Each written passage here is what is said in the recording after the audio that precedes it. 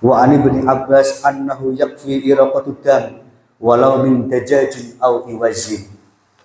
Dari Abdullah bin Abbas, sesungguhnya kurban itu cukup mengalirkan darah walaupun dengan ayam jantan au iwazin ataupun dengan hewan angsa. Jamaah sholat yang dimuliakan Allah, ini terkandung maksud agar anak-anak kita, istri kita, keluarga kita makan bersama, lebih-lebih bisa terhindar dari sifat rakus ataupun tomak yang hanya berharap atas pemberian daging korban dari orang lain.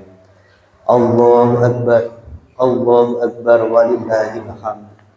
Hadirin jamaah sholat yang dimuliakan Allah, Sahabat Ali bin Abi Thalib dalam kitab Durratun Nasihin menjelaskan keistimewaan orang-orang yang berkorban ikhlas karena Allah Ta'ala. Wa an Ali man kharaja min baitihi ila syira'il udhiyah kana lahu bi kulli khatwatin asyru hasanat. Barang siapa yang keluar dari rumahnya, dia berniat untuk membeli hewan korban, maka bi kulli khatwatin asyru hasanat, setiap langkahnya akan mendapatkan 10 kebaikan dari Allah. Wa maha anhu asyra sayyi'at, dan dihapuskan 10 keburukan dan dosanya. Wa rafa'alahu asyra darajat, dan diangkatlah 10 derajat yang mulia di sisi Allah Subhanahu wa taala. Luar biasa. Dalam satu langkah, orang yang berkorban hanya niat membeli hewan korban sekaligus mendapatkan 3 kemuliaan. Wa idza taqallama fi syira'iha kana kalamuhu tasbihan. Di saat terjadinya transaksi jual beli, maka semua kata-kata ucapan yang keluar dari pembeli hewan korban ini kana kalamuhu tasbihan, dihitung tasbih, berzikir kepada Allah Subhanahu wa taala. Wa idza naqada thamanaha kana lahu bi kulli dirhamin 700 hasanah. Di saat membayarkan hewan korban, maka setiap dirhamnya itu, setiap 4.000 rupiah dibalas 700 lipat ganda oleh Allah Subhanahu wa taala.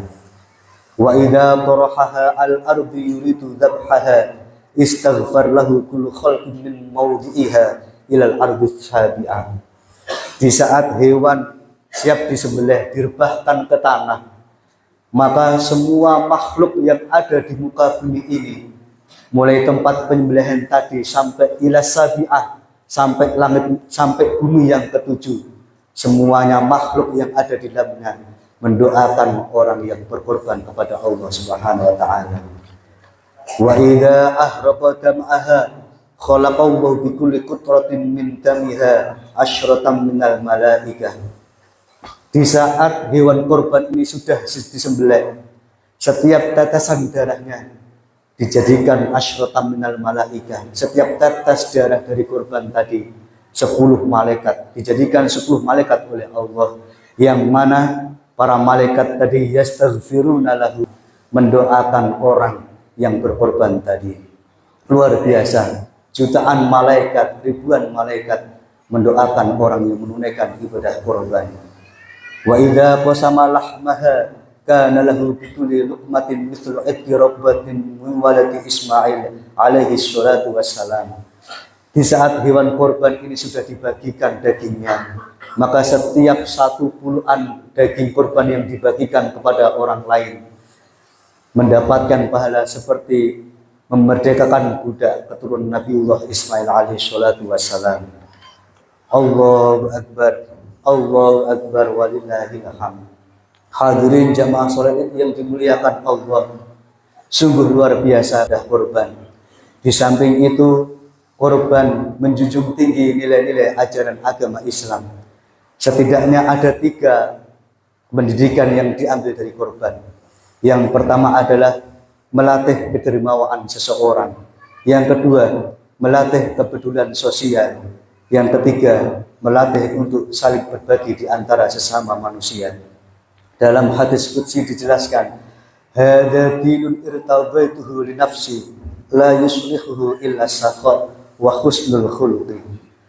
Agama ini adalah agama yang, maka la yuslihuhu illa sakha, agama ini tidak akan mendapatkan kebaikan kecuali dengan sifat kedermawaan wa husnul khuluqi, dan budi pekerti yang luhur.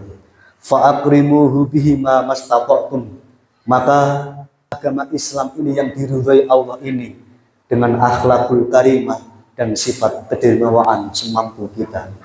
Hadirin wal hadirat rahimakumullah, Rasulullah Shallallahu Alaihi Wasallam memberikan tauladan kepada kita bagaimana sifat beliau dalam berbagi sesama ataupun sifat kedermawaannya. Dikisahkan bahwasanya Rasulullah pernah hijrah di kota Madinah. Maka di kota Madinah ini beliau bertamu di rumahnya sahabat Abu Ayyub Al-Ansori.